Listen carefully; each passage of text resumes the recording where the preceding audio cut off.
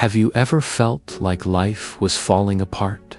Like the waves were too high, and no matter how hard you tried, you just couldn't stay calm anymore? Then this story is for you. It had been a long day. Jesus had been teaching crowds by the sea. People came from everywhere to hear him. The sick came for healing. The tired came for hope. The broken came for peace. And by the end of the day, Jesus was tired. As the sun began to set, Jesus turned to his disciples and said, "Let us go to the other side of the lake." Simple words, but they had no idea what was coming.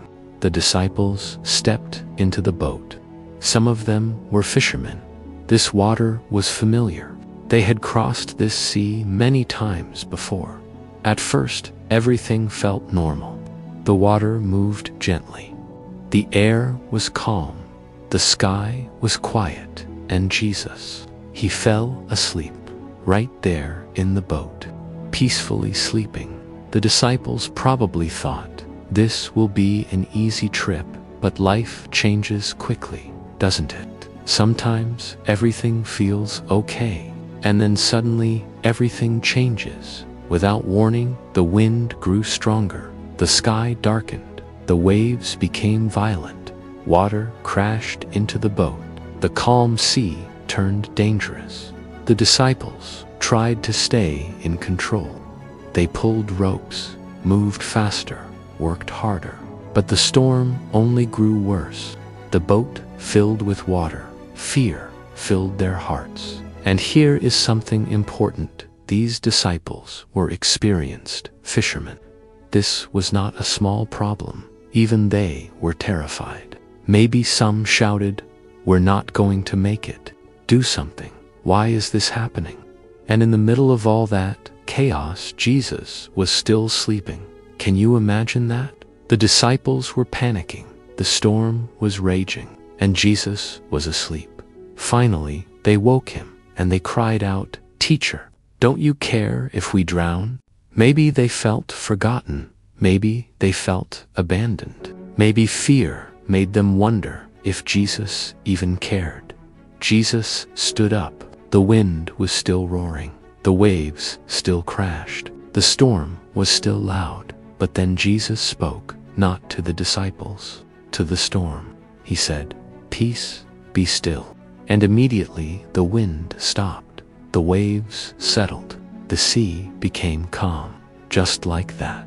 Silence, stillness, peace. Then Jesus turned to his disciples and asked, "Why are you so afraid? Do you still have no faith?"